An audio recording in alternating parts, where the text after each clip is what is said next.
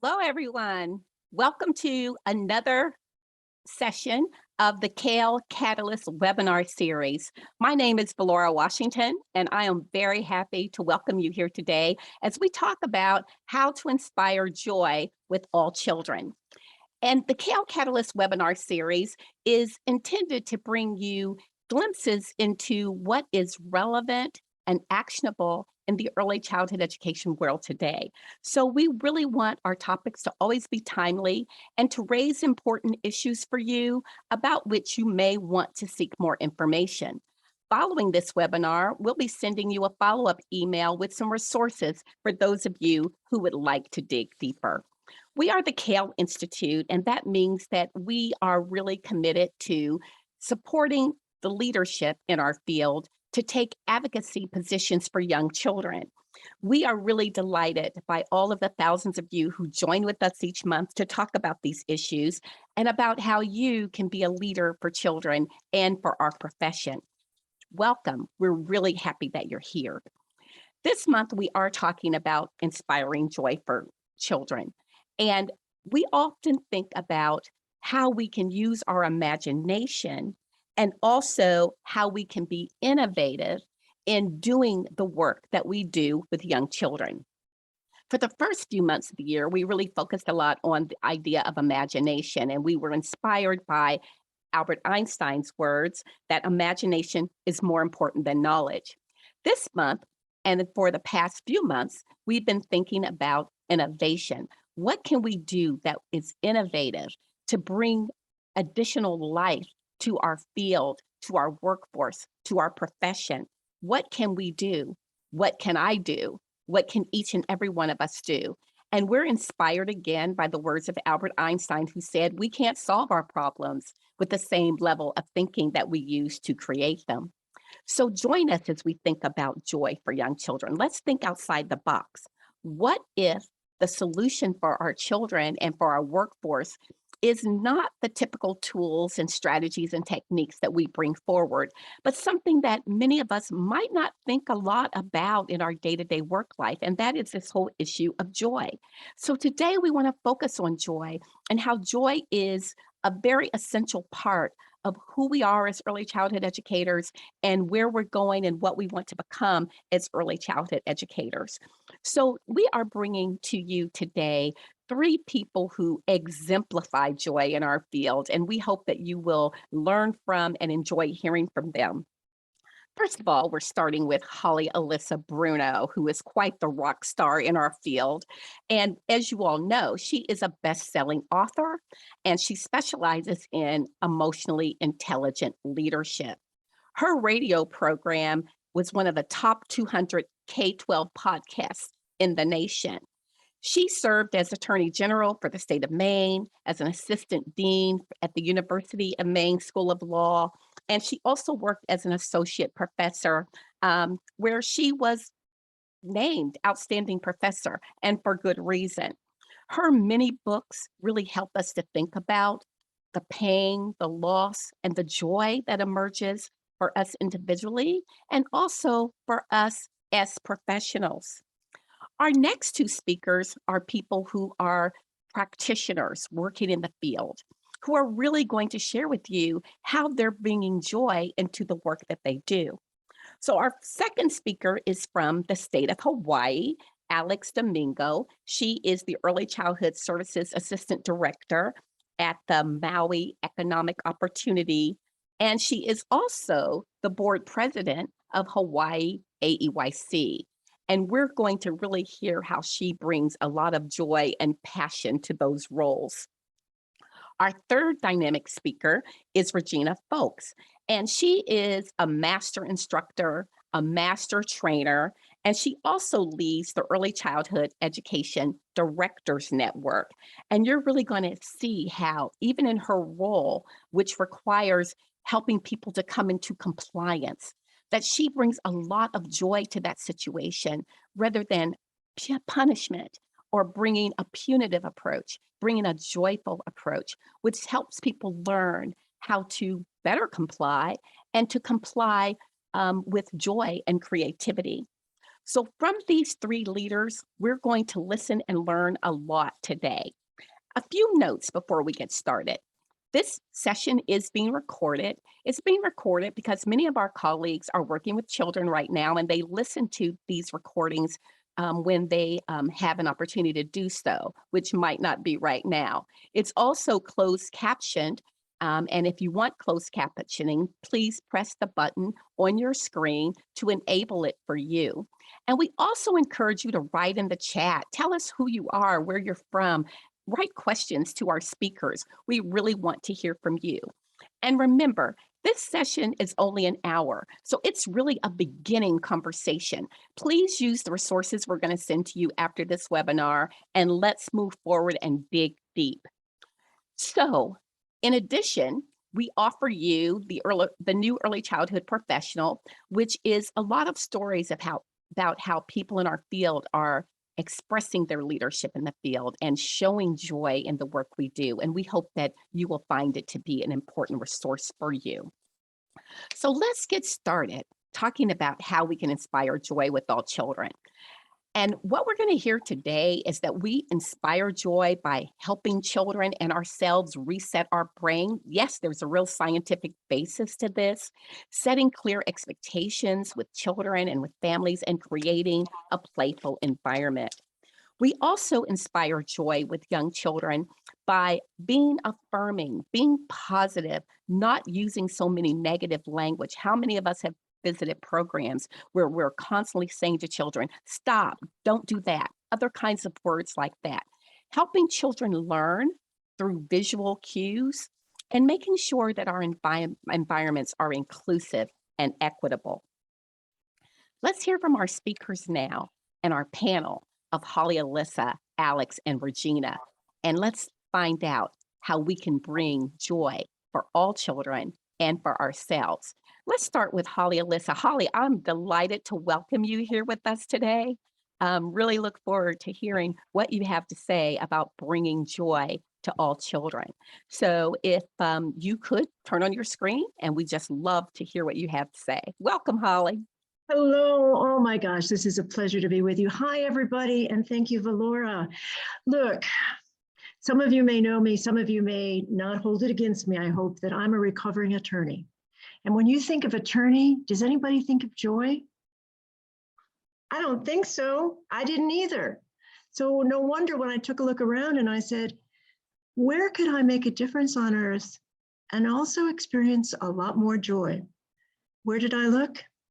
Early childhood. And why? Because of you. Yes, because of the children and because of you. And what are we talking about here, my friends? You know this. Children are a heartbeat away from joy. Isn't that why some of us chose to be in this profession, to be right in the presence of joy? Think of a baby's giggle. Just recall a baby's giggle, or a toddler, just, boogers coming out the nose, coming up, wants to give me a big kiss, Miss Holly. There's joy in the moments with children. And why is that? Because what is joy? And why didn't I feel it so much as an attorney? Joy is an invitation, that it's a choice. Joy is a choice that I get to make in each moment. Do I want to open my heart to being in the presence of the divine? Or do I want to go about my day doing my business, keeping busy? I mean, I go to this supermarket in Boston area, and I see friends passing by, and instead of doing the Louis Armstrong thing when they're saying, I love you, they're saying, how you doing? Oh, keeping busy. The thing is, joy is natural. Joy is in the hearts of all of us. Children come to the earth with a birthright to joy. And guess what? I'm 76. Adults, this is true for us. Ever since happiness heard our name, it's been running through the streets to find us. Joy is available to every one of us. And what is joy? It is simply opening my heart to being in this moment, feeling all the feelings, experiencing all the experiences, and being able to let that giggle just come right out of myself. I mean, I think of little things like the moment my son started walking. We were on the rug together, And he'd been moving around. And guess what? He got this look on his face. He was like edging around. And he gave me this look I shall never forget. And that was like 38 years ago. His whole face burst into a sunbeam. And he took off. He was able to not just, the minute he was able to walk, he ran. And he got up and he kept falling and running and falling and running, because to him there was such joy and movement. And I got that. And that was a sacred moment. So my friends, joy is being in the presence of the divine. It's a choice. We can choose it. And yet there are many things that stop us from choosing it.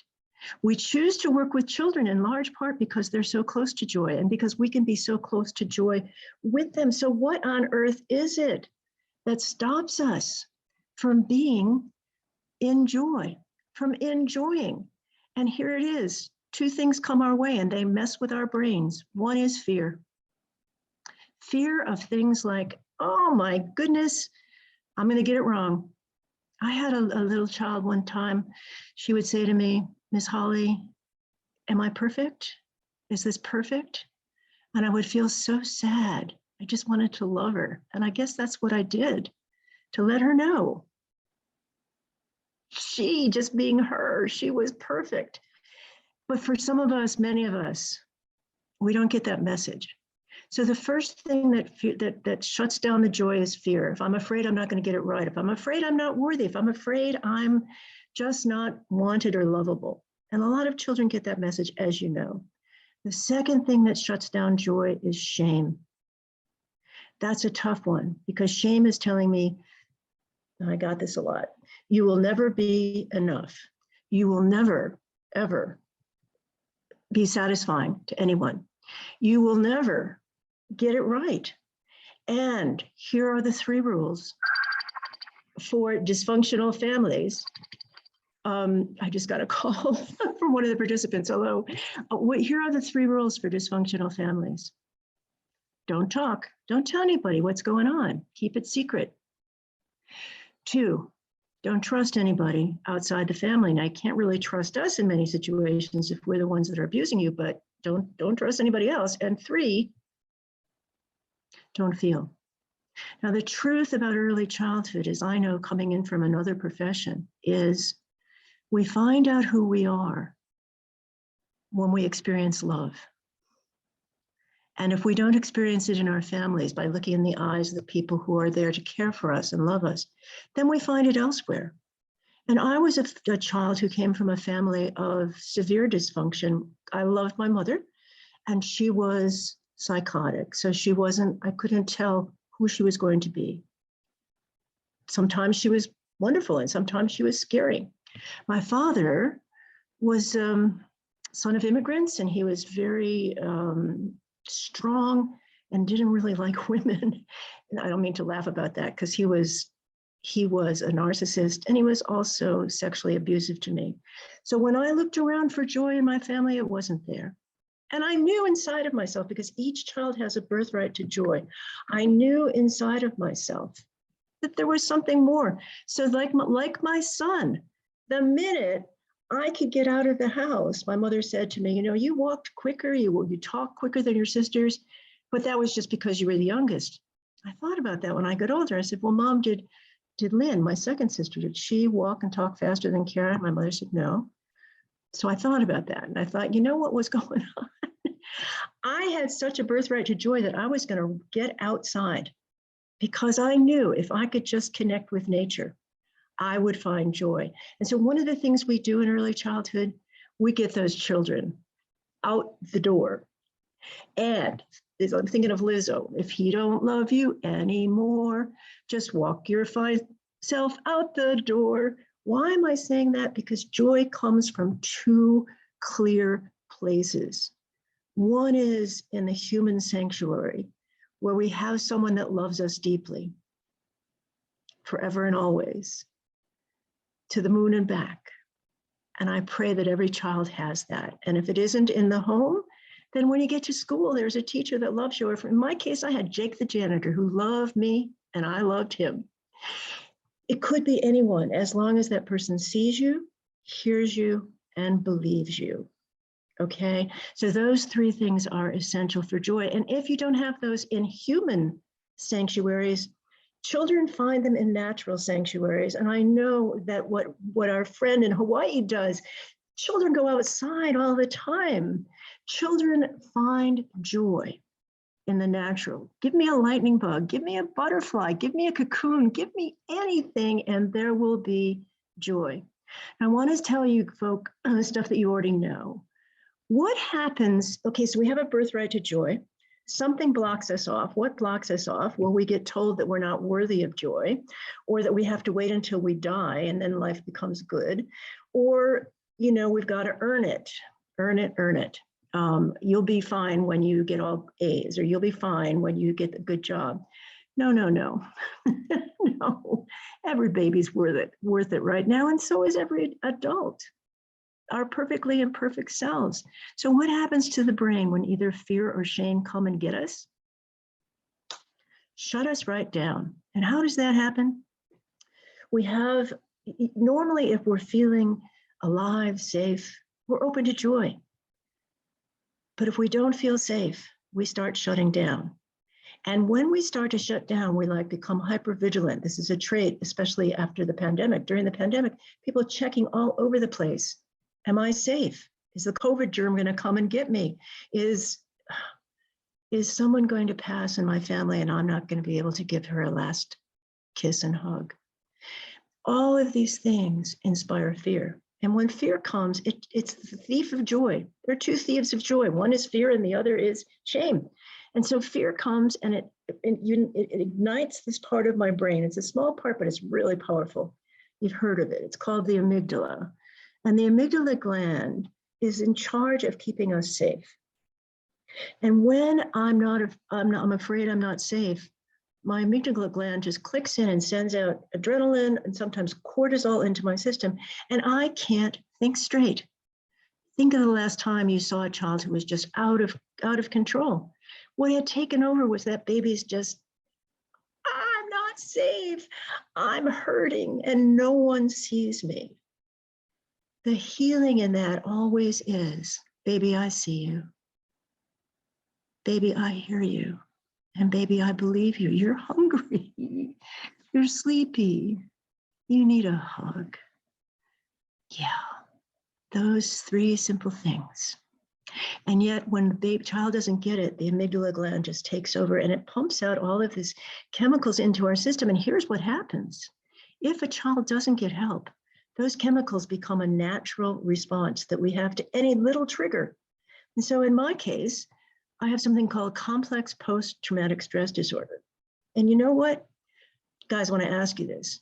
What percentage of us who choose early childhood education, what percentage of us were traumatized as children ourselves? And if you're willing to type it in, just type in, what do you think? What's the percentage of us who choose early childhood that ourselves did not experience the greatest, the happiest, the most perfect? I mean, I came from the perfect family, so I was told, but no, I did not.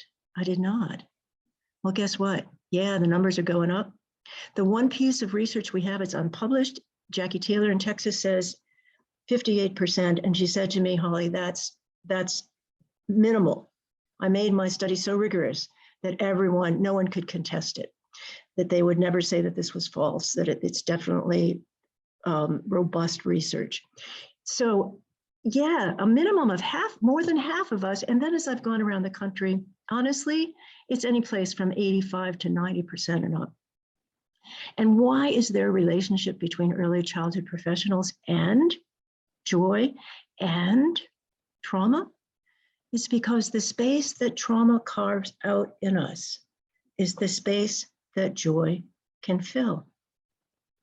So I just wrote an article that I invite you to read in exchange. It's called, We Are So Much More Than Our ACEs Scores. Because if you study ACEs, the Adverse Childhood Experiences study, and I know you have, guess what? It says by age 3, if we don't get it, and I've heard neuroscientists say this to me, if you don't get help between 0 and 3, you're gonna be damaged goods for life. damaged goods, Humpty Dumpty.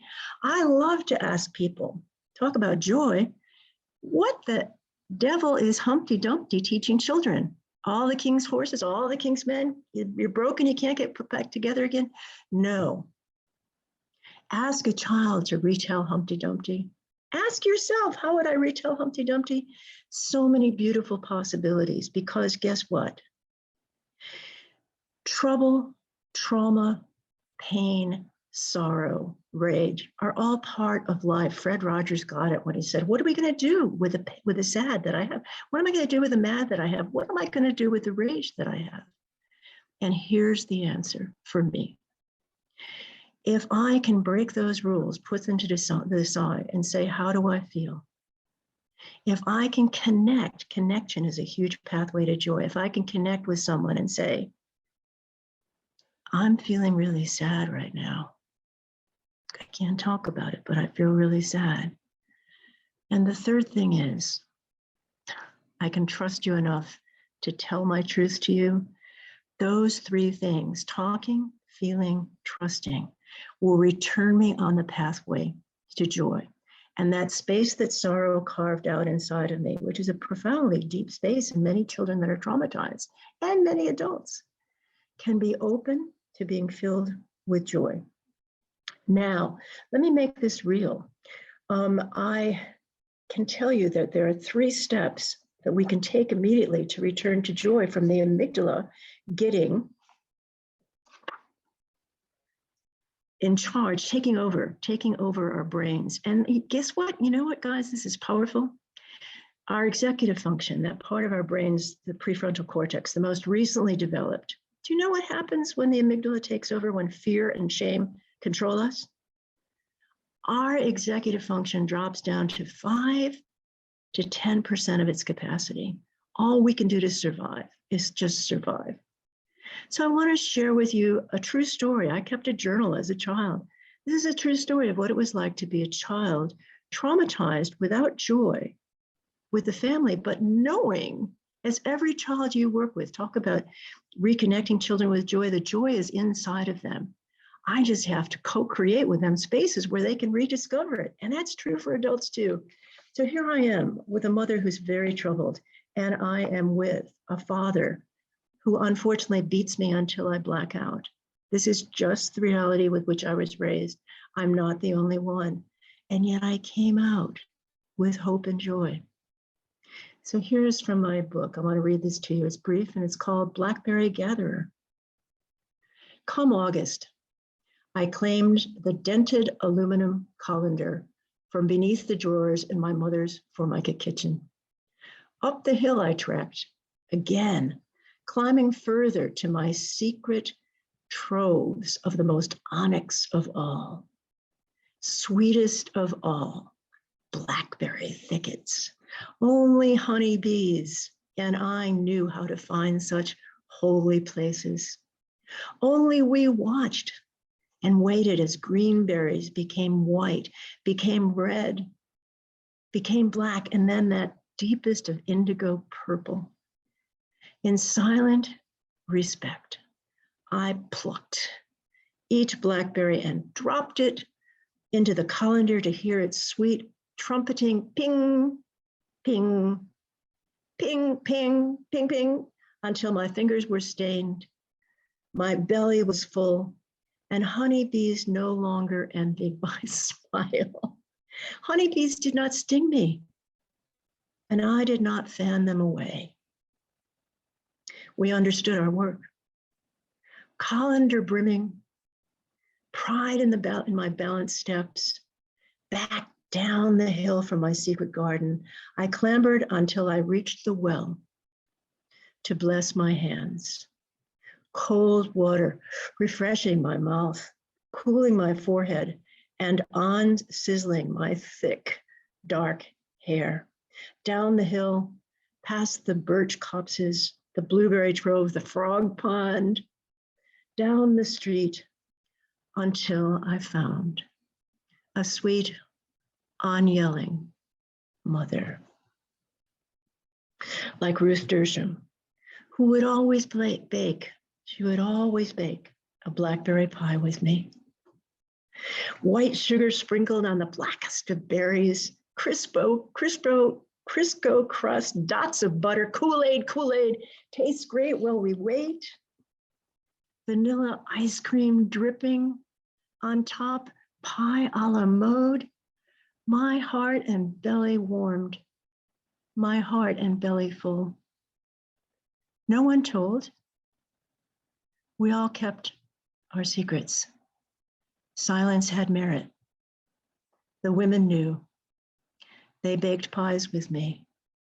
They did not question me or mention my mother. My friends, I need to know how much time I have left because my clock just disappeared. But assuming I have a minute or two, I'm going to say that that child knew joy. And every child you work with knows joy, even if the child is running, biting, kicking, fighting. The child, you know, that beautiful principle that I've learned of behavior, that first off, there's the behavior and what the behavior says. Beneath the behavior is a feeling, and beneath the feeling is a need. And when I went next door to Mrs. Dersham's, and I said to her, would you please bake a blackberry pie? My behavior was very respectful.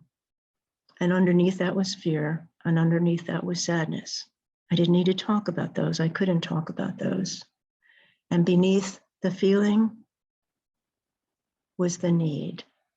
I simply had a need to enjoy the fruits of my labor, literally, with someone who was capable of appreciating the sacredness of making a blackberry pie with a small child. And so let me just see if there's anything else that I need to add before I hand it over to Alexandria. Look, some folk live under the misassumption that we don't deserve joy. No, we all have a birthright to joy. Emily Dickinson said, look, hope is the thing with feathers that perches in the soul and sings the song without words, and it never stops at all. Joy never stops calling from the inside of a baby, even if the baby is outraged or screaming or biting or kicking or running or pushing my every nerve, because the child is saying to me, see me, feel for me, and believe me. Those things, those connections are always available to us. And I feel, I love that Valora is talking about children here. Honestly, I feel that adults deserve the same. There's a child in every one of us that deserves joy, and it's there in every moment for us. So I want to share with you a few quick ways, tips, practical tips about how do we get joy in the midst of like, oh my God, and I'll end with this and hand it over to the panda that you're looking at. It's giving me joy to look at the panda. Look, what you can do with a child quickly to restore joy, laugh. Laughter is the quickest way to get back to the executive function and the quickest way to get back to joy. The second thing is to sing, hair toss, check my nails. Baby, how you feeling? Feeling good as you know what? Go panda. And the other one is to dance. Yeah, those three get you right back to joy. So my friends, thank you for listening. And now I want to transition over to my dear friend from the state of Hawaii, who knows pain and knows joy. That's the truth, my friends.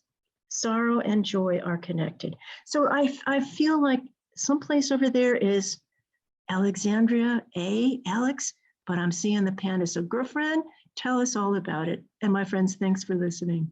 Go, Alex. Go, Alex. Mahalo, Holly. Aloha, everyone. I'm Super Panda from Maui, Hawaii. Actually, during the day, I'm Alex Domingo. I'm the Assistant Director for MEO Head Start, and I was asked to join this wonderful group of women today to talk about joy. And how ironic that Holly should ask me of all people, because I had a lot of feelings about this webinar when she talked about joy and sorrow and trauma. And working in the program that I'm with, we deal a lot with that. We deal with the population that we see a lot of families going through a lot of tough times. And something that Holly had touched upon about beneath those behaviors are feelings. I've learned in my years in early childhood that yes, it is all connected to feelings. And I was very blessed to have my mentor, and I believe she's on here today, Miss Elaine Yamashita. She was the most wonderful mentor. And I watched her in action as she was skilled at reading children's emotions, you know, and there was a lot of times that my most joyous moments was dealing with children with challenging behaviors. And I say that because, like Holly said, they were trying to get a need met. And once I learned how to really read them and really listen, like really, really, truly listen to them, I could find pure joy with them. Even in their darkest days, through the slaps, the crying, the pinching, the biting, the throwing blocks, I was able to look at that as a child that is in need. And through that brought joy. I remember days of lying in the grass, looking up at the sky while a child next to me is throwing a tantrum. And why is he throwing a tantrum? Because he wants his mommy.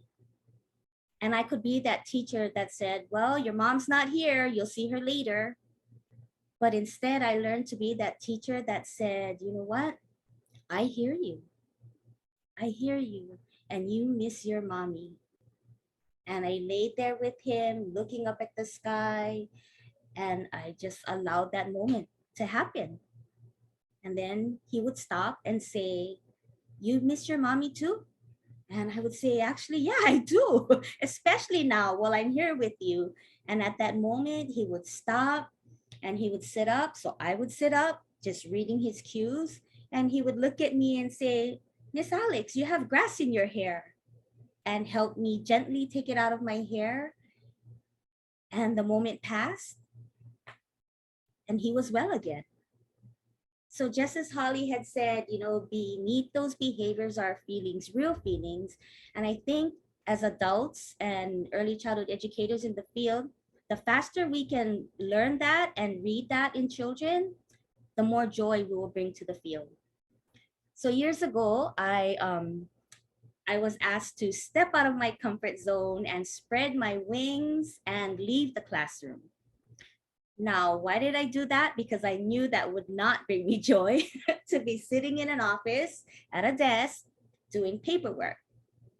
But then I thought, okay, maybe yes, maybe it would work, because the joy that I had being a teacher, maybe I could inspire others and I could find a way to touch others and bring joy and say, yeah, the work we do is so important, but this is how you can do it and still have fun. And we all know as administrators, we wear many hats. So what I've learned is that I have to bring my own joy into the office. So whether or not I'm the assistant director or a lead teacher, I'm sometimes even picking up meals, I switch my hats and I bring my own joy. But it also carries over to our teachers in the classroom.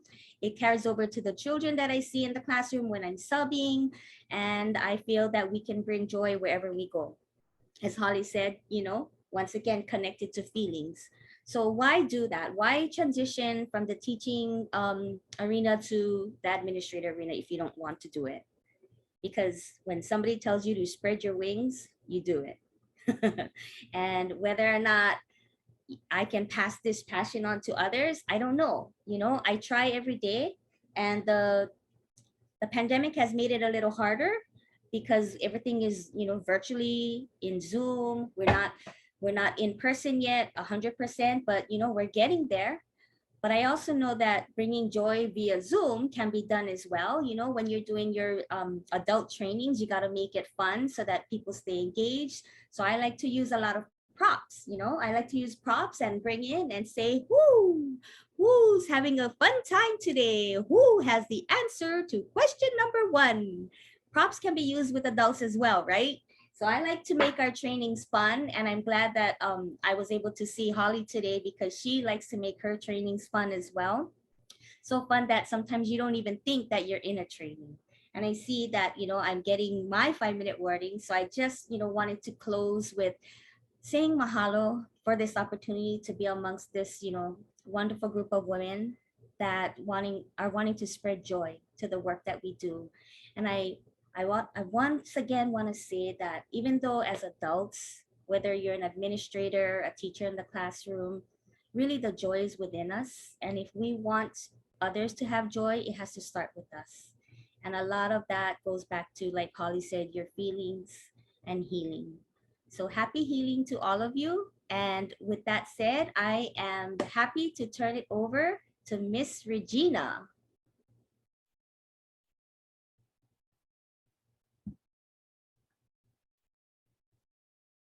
Hello, everyone. Hello, I'm Miss Regina. And how on earth can I follow Holly and Alex? How can I follow a panda? How can I follow the illustrious Holly Elissa Bruno? Well, I am so excited to be here with you all, and we are going to have a good time. Let's just take our last 10 minutes and play with each other.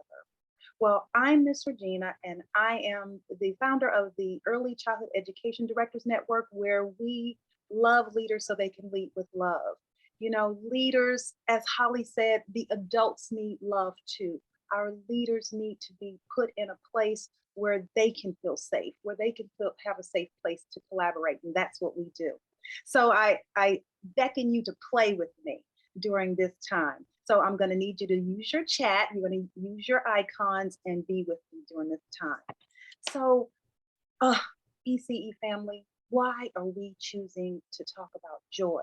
Why are we asking all of our adults and all of our children and teachers and administrators and all of our ECE family and community to infuse joy into the atmosphere? Because, you know, joy can release, it unlocks a sense of purpose, a sense of hope. It unleashes our creativity, and it just stamps out our sadness and our guilt and our worry. Like Holly said, choose joy.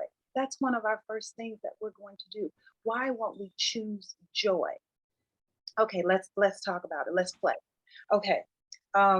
I do have an alter ego, and Holly said you have to bring Reggie Lou out.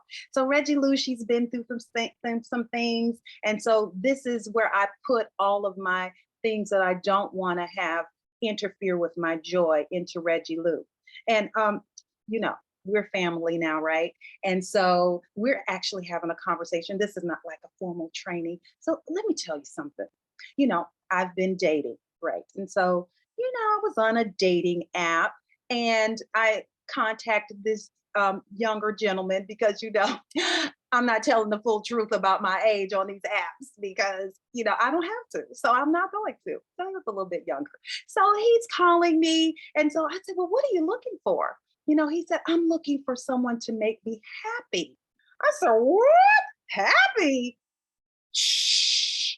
I quickly got off the phone with him. I quickly hit all kinds of buttons and said, do not block this call. We cannot be in charge of someone else's happiness. Happiness is the circumstances that you stand in. This is why we're talking about joy, because we get to choose joy. We get to think about what it is that we want to have. Holly gave us that opportunity in that beautiful poem. I saw someone put in the chat that this is bringing back childhood memories.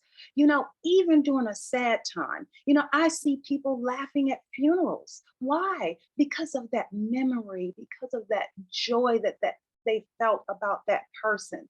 That's the reservoir I want you to tap into as leaders. That's the reservoir I want you to tap into as teachers. Why? So that it can trickle down into the children. What I do for my leaders, I expect them to do for the teachers. And what the leaders do for the teachers, I expect them to do for the children. All right, let's play. So everyone blow up the chat with a heart, because joy is in our heart. I want to see some hearts come by.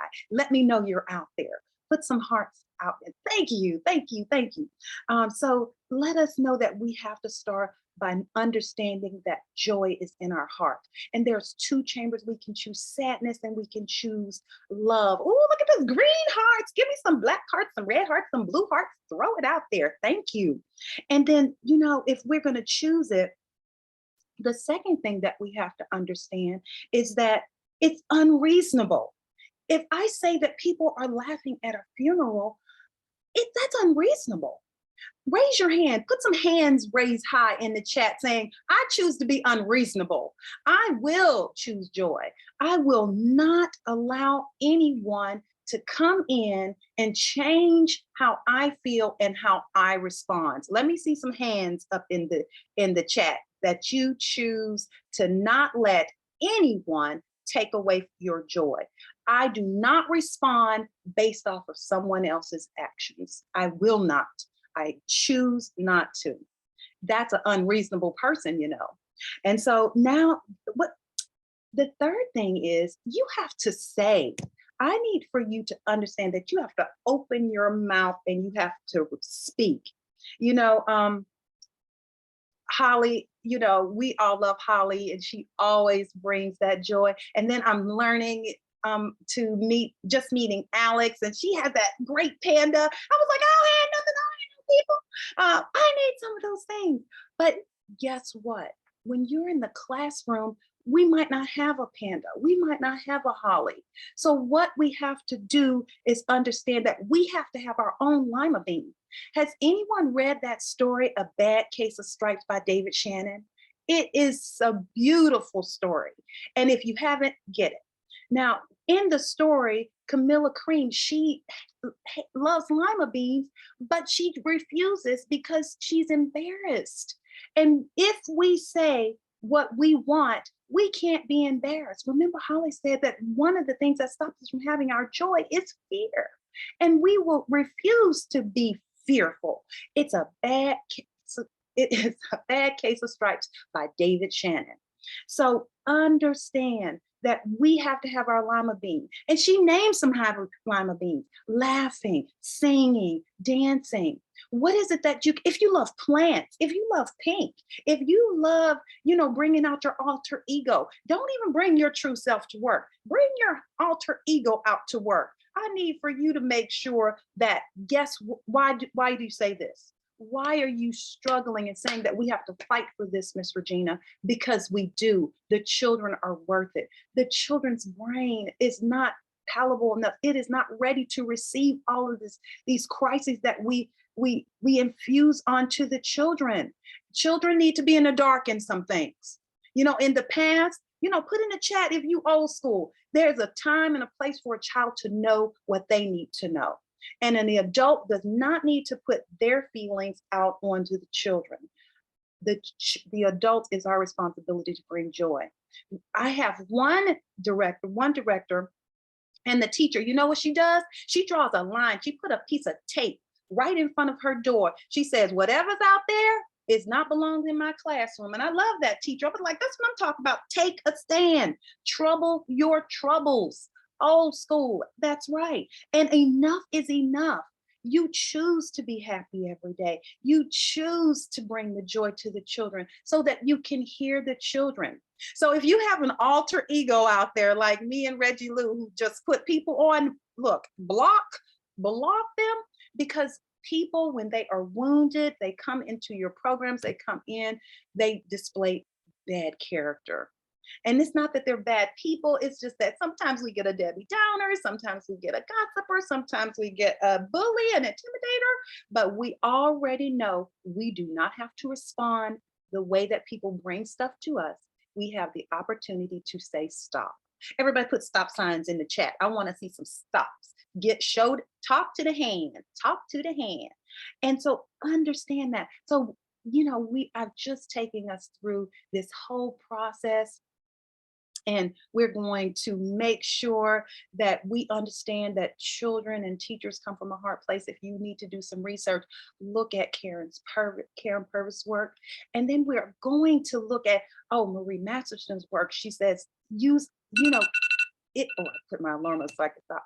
So we have to understand that we have a choice, and that behavior should be skillful rather than willful. I love that by Marie Masterson. If you get to see her work, she's a part of the McCormick Center and whole leadership. They are doing some wonderful work for us as leaders so that we can transition that down to our teachers and to the children. Understand it's a skill. It is a skill that we choose to use joy.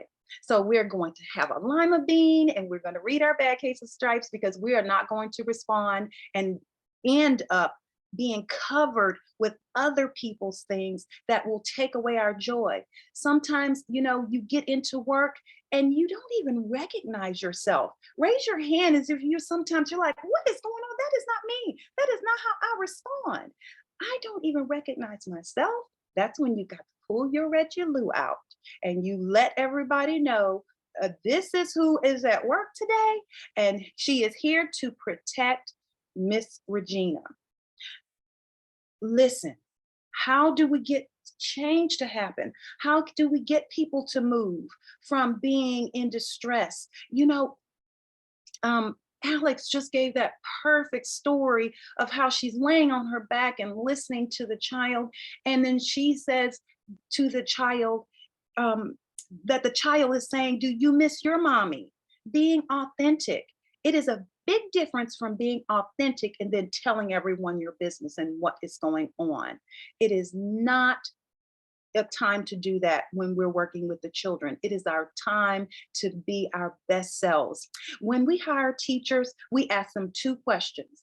We ask them, one question is, how does the best teacher in the world behave?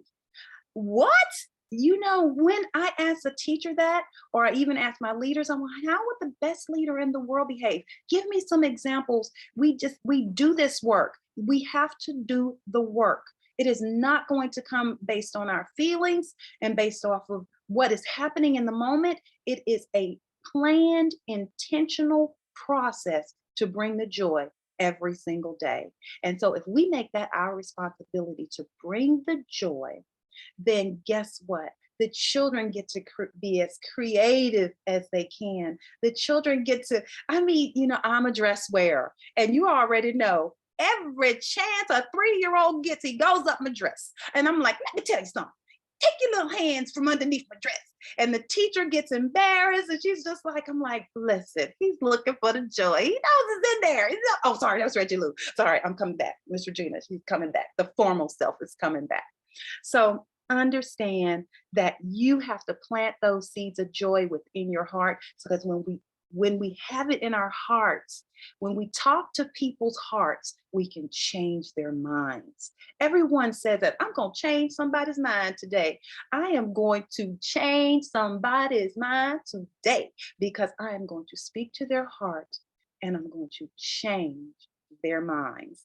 And so I choose joy. I respond with gratitude because, you know, even, you know, Holly has been the perfect example of when bad things happen and how we get to come out and use it as fuel to give us the reason. If you do not have your why connected to what it is that you choose to do, you're just going to be stagnant. You're just going to keep moving. Your Monday will look like your Friday. And I'm not interested in my Monday looking like my Tuesday looking like my Wednesday. I'm looking for a brand new day. I don't care what that looks like and what you have to do. Get yourself some plants, get yourself some aromatic smell good, you know, put your music on, dance like Holly said, get your groove on, make yourself happy. Or you gonna get the block like that young boy did. No ma'am, no ma'am. All right, so understand. I respond with gratitude, and then you can't take my joy away. Thank you so much. We're headed back to the group. It was a pleasure speaking with you all and being with you. I hope to see you again. Absolutely. Absolutely. Thank you so much. Regina, come back. Let's see you again. This has been amazing, very hopeful, very challenging. I want to let everybody know that this webinar is only an hour, and we know that many of you want to interact with our panelists. So if you look in the chat, you'll see a link that when we stop this webinar, you can click that link and you'll have an opportunity to see and talk with Alex and Regina and Holly. So please join us right after this webinar by clicking the link that you will see in the chat. Wow, this was amazing, very joyful, very powerful. And I love the resources that you gave out. We'll be giving out a post-webinar list of resources. So everything people have heard today, you will find that in your webinar list of resources. And I just love the way that you reminded us that it is skillful, not willful.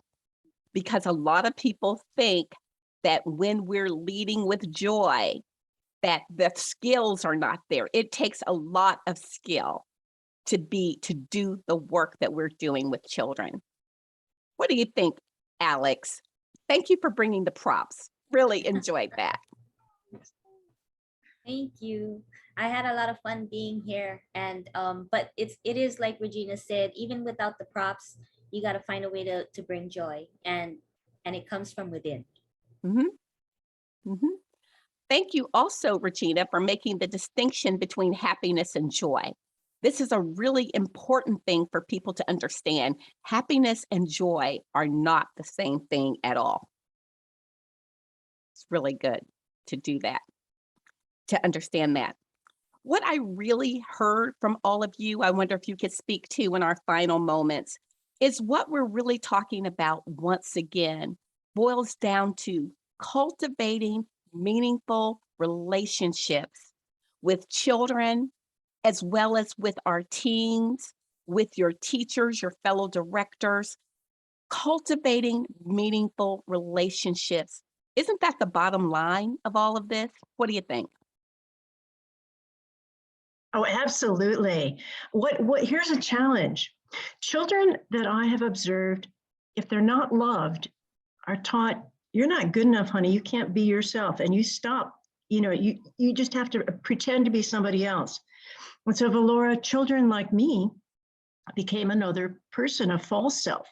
I would go to school and I worked my tail off to do well because I knew I didn't have a choice about it. But the minute I'd get outside, I'd be running around and doing all that stuff. My true self was outside. The thing about joy is it requires me to walk right back and embrace my true self. And that means me is me. Like, I just want to tell you guys, I've got COVID and I hate it, but you know what? I got it. And here's what it does. It gives me this I've got this medication giving me this horrible taste in my mouth. I want to go, I really do.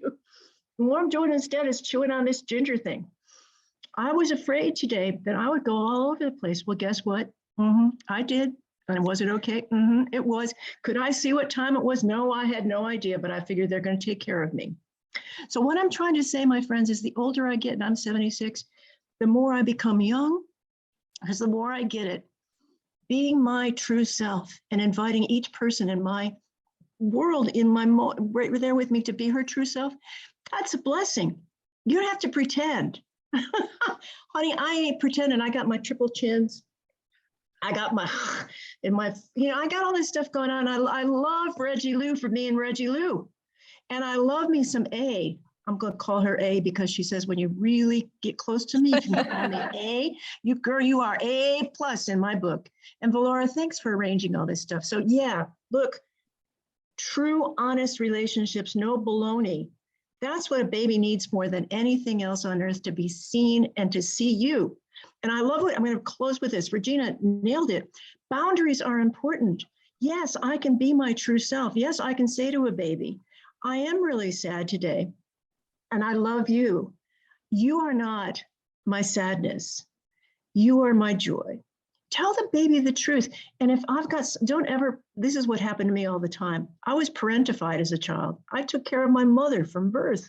That was not the thing to do to a child. We sometimes put children, because they're so competent, into that situation. being caregivers. Reggie Lou, is that what you've observed? Yes. Just make up anything, girl. Mhm.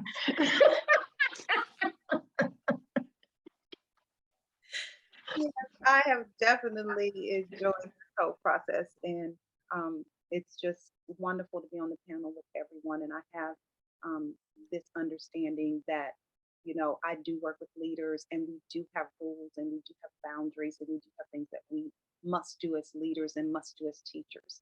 But to separate ourselves so that we can do the work that we were called to do. It's a heightened sensitivity right now, and so people are allowed to. I would never tell anyone to repress their emotions and not to share that, but there's a time and place for that. We have to fight to take back our early childhood culture and not let societal culture come in to our industries because it's hurting our children. It is okay. It is great to be you. It's great to have issues and platforms to stand on 100%. I'm with you all the way outside this building. You come into this building, it is the opportunity that we have to be with the children because they don't get another chance to be 2 years old. They don't get another chance to be 1 year old. This is their opportunity, and we were charged and given the privilege to care for these young children. So stop it, release yourself, understand that you have a problem and that you need to do it, but let's put our focus back on the children. That has been our strategy to infuse joy back into our business and our industry and to cultivate that workforce. We know Right. that it's Thank you. activity, but we have to move back. Absolutely. And that's a completely another webinar about how thinking that you're professional means not having the fun, not having the joy. And we need to think about that. Alex, you have the last word. Any closing thoughts? No, I just I'm very grateful that, you know, I was able to be here. And I did want to say that yes, it all goes back to what Holly said, you know, behind the behaviors are feelings. And I think sometimes teachers get caught up with, you know, you're okay when those feelings are coming out real strong. But instead of doing that, we should be helping them process those feelings so that they really get to the bottom of, yes, I am not okay right now, but I can be if I allow this process to happen and allow my teacher to help me. And the teachers need to be willing to go through that yuck with them. And that's what makes it hard, because sometimes it's really hurtful and hard to go through the yucky, you know, the yucky feelings. But if you go through that, then you build those strong, positive relationships, and they know that they can trust you to get through those tough times. Thank you. I want to thank you all. It was amazing conversation today. Thank you, Holly, Alex, and Regina. And as we are ending this webinar, I want to remind you to click the link at 5 o'clock when we end this webinar. I want you, each and every one of you, to think, how can I use what I've heard today? What can I learn from what I've heard today? So one thing we know is there's a science behind what's being said here today, that we have to help children play and provide those opportunities for them, and that maybe we can cultivate some more professional development opportunities that aren't so much about the technical parts of being a teacher, but are about how to make relationships with kids. So think about your action steps that you can take as a result of this. I also want to invite you all to come back next month. On September 1st, we're going to be talking about honoring family voices as we continue to think about innovations in our field. And most of all, I just want to thank you for learning and participating with CAYL today. We have so many people who join us every single month. We're so grateful for your participation and for learning with us. Now, why don't you click the link and join us in the chat, and you can have a dialogue with Alex, Regina, and Holly. Looking forward to seeing you in that chat that we're about to go to right now. Click the link and I'll see you there. Bye-bye.